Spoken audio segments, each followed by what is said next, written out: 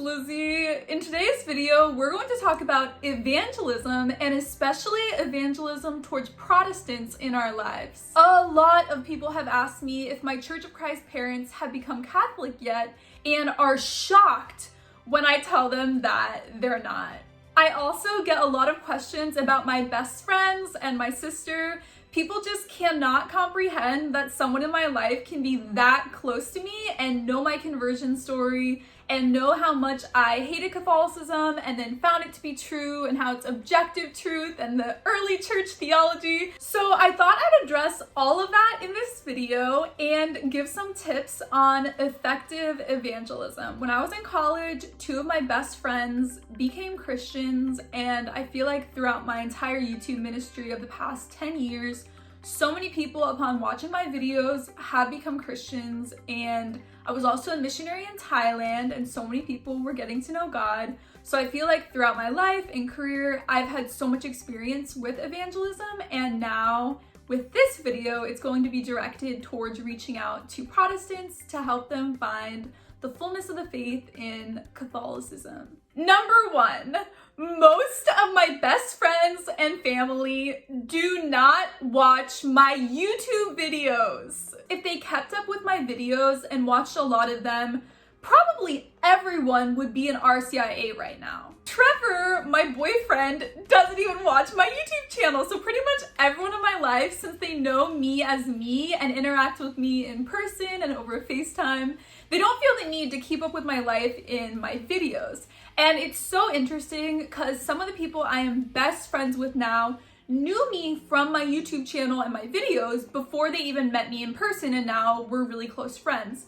But I find that once people get to know me on a deeper level, they watch less of my videos. I have made 120 plus videos proving that the Catholic Church is the original church founded by Jesus and has the teachings of early Christianity. But if people don't watch the videos, they won't convert in and find all of this to be true. So that is why everyone in my life isn't becoming Catholic right now. They do keep up with my social media though. A lot of them follow my Facebook fan page, my Instagram, my Twitter, and so they are seeing apologetics content, Catholic content, but not at all as much as is on my YouTube channel. Maybe I need to up my social media game and then everyone in my life will become Catholic. So number one, applying to you guys, is that you should utilize my YouTube channel and social media, share it with your friends and family. So many people share my videos with Protestants in their lives and it helps them see the truths of the church. So definitely be following me on especially my Facebook fan page. People are constantly sharing my posts with people on their walls. This sounds like self-promo, but the real reason that I work so hard on my YouTube channel is because I want to evangelize, and you guys can better evangelize by utilizing the resources that I put online. Number two, do not get upset, offended, angry when talking to Protestants. Whenever I do speaking events, this is one of the top questions I get on how to interact with Protestants without getting angry, just because there's so many lies and misconceptions about Catholicism, and people feel they take it as a personal insult when someone states something that they believe about Catholicism that's wrong. And I think especially when it comes to Mary theology, people get very defensive, and anytime someone is like, Mary's not a perpetual virgin, or there's nothing special about Mary, then Catholics, especially cradle Catholics who hear these things, they like freak out and they can't keep their cool and they can't continue having a conversation. So you have to work on being less emotional and just not getting offended by things. And take it from me, I used to be Protestant and I believed all the lies about Catholicism. I have a video, 10 lies Protestants believe about Catholicism that I used to believe. And it's not my fault. It's no one's fault. We learned these things in public school growing up, from our parents, from our churches, and they learned it from school, from their parents, from their churches growing up. And so it's just this cycle that has been passed down. Some anti-Catholic bigotry is what I would call it. But it's no one's fault that they think like this. So you can't get mad at it. It's not their fault. A Bible verse about this that I want to read is from 1 Peter 3:15 through 16. But sanctify Christ as Lord in your hearts, always being ready to make a defense to everyone who asks you to give an account for the hope that is in you, but with gentleness and respect. And keep a good conscience, so that in the thing in which you are slandered, those who disparage your good behavior in Christ will be put to shame. Most of the time, people will not remember what you said, but they will remember how you made them feel. And so it's really important to come across as calm, gentle, patient, forgiving, loving. All of these attributes are beautiful and will make you shine as a Christian. This is what people will remember from your theology discussions, the way you reacted to them. Another aspect of gentleness and respect is listening. Instead of just talking and ranting and sharing your perspectives, ask questions, ask more questions, and listen to them and see from their perspective and where they're coming from. Like I said, with the way you make people will feel listened to, heard, respected, understood. It doesn't seem like it, I know, but that is way more effective evangelism than spitting out this amazing apologetics argument. My favorite question is asking people for an argument for sola scriptura.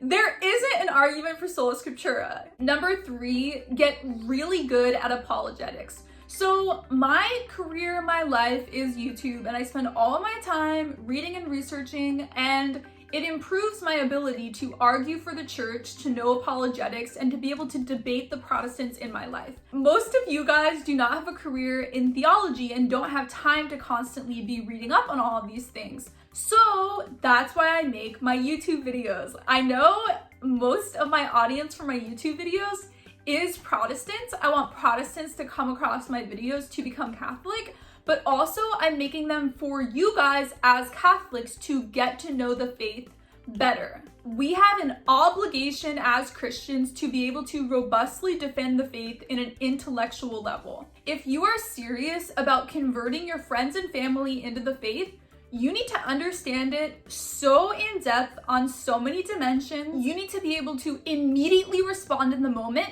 to attacks on Catholicism. My experience with these moments is that it is extremely tense on the side of my Protestant friend or family member. They're not really in a mode of wanting to ask questions to me or listen in depth to me. Instead, it is them sharing their perspective really intensely.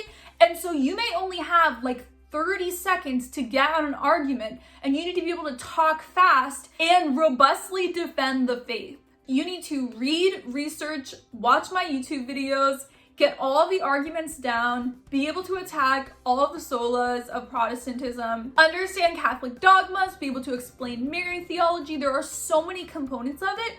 And like I keep saying, I have 120 plus videos.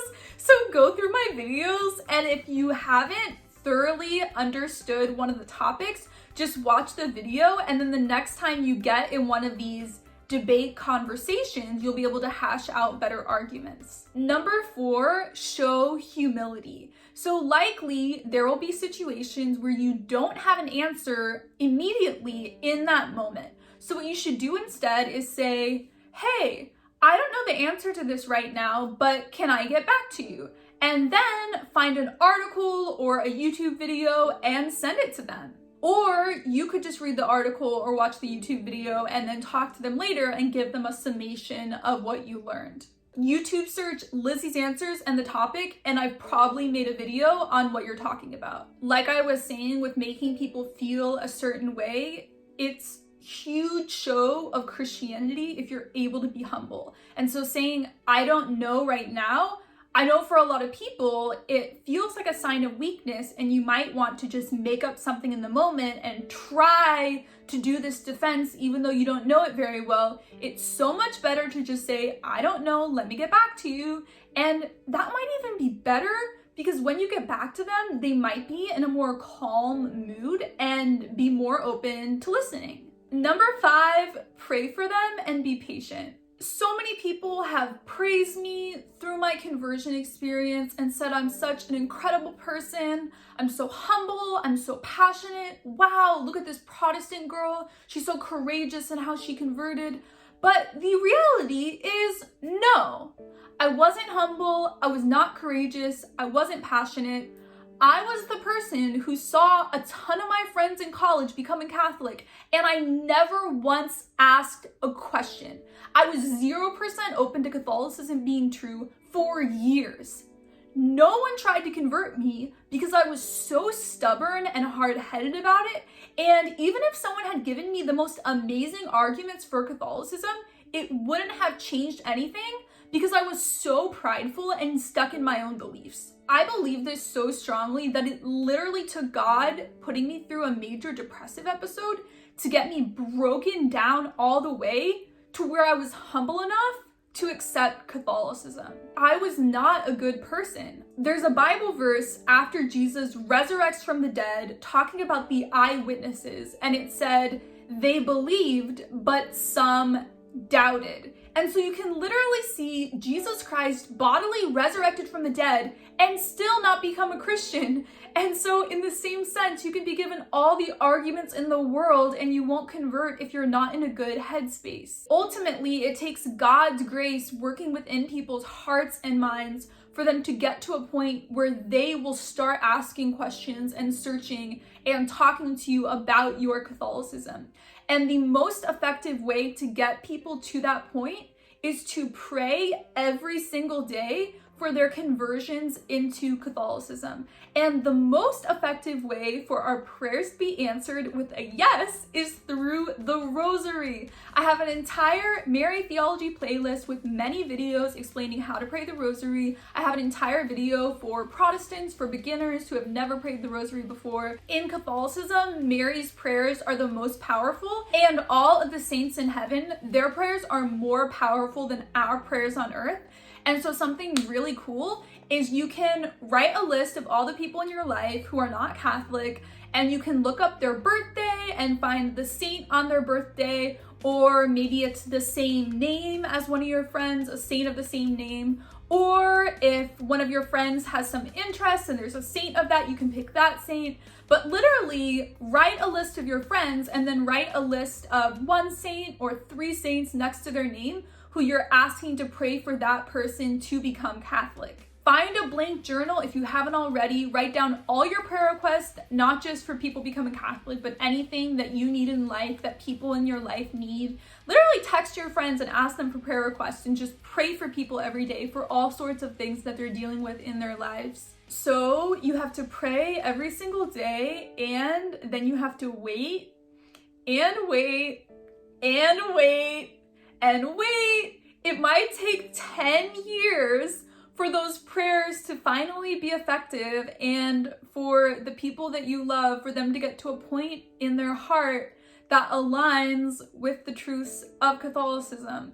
It might take so long, but never give up praying. Saint Monica prayed for Augustine, her son, for decades, who he left Catholicism when he was younger, and so she prayed for decades for him to come back to the church. And eventually all those prayers worked and Augustine became Catholic again, and he became one of the most iconic and powerful saints in all of Christian history.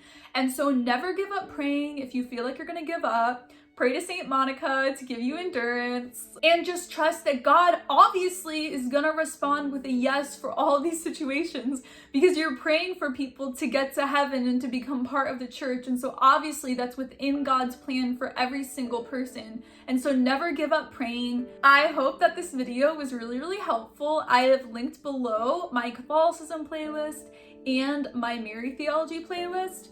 Don't be afraid to send my YouTube videos to your friends and family as well. People have told me that because I used to be a Protestant, it feels almost safer listening to me because they feel more understood and I know the perspective they're coming from. Whereas someone who's been Catholic their entire life, it's almost like they're less likely to listen to that person. I don't know if that makes sense, but people have told me that with Protestants watching my videos, sometimes people have forced my videos on people and eventually it's worked. So realize that they're an incredible resource to help people in your life get to heaven. I love you guys so much, and I will see you in my next video. Bye!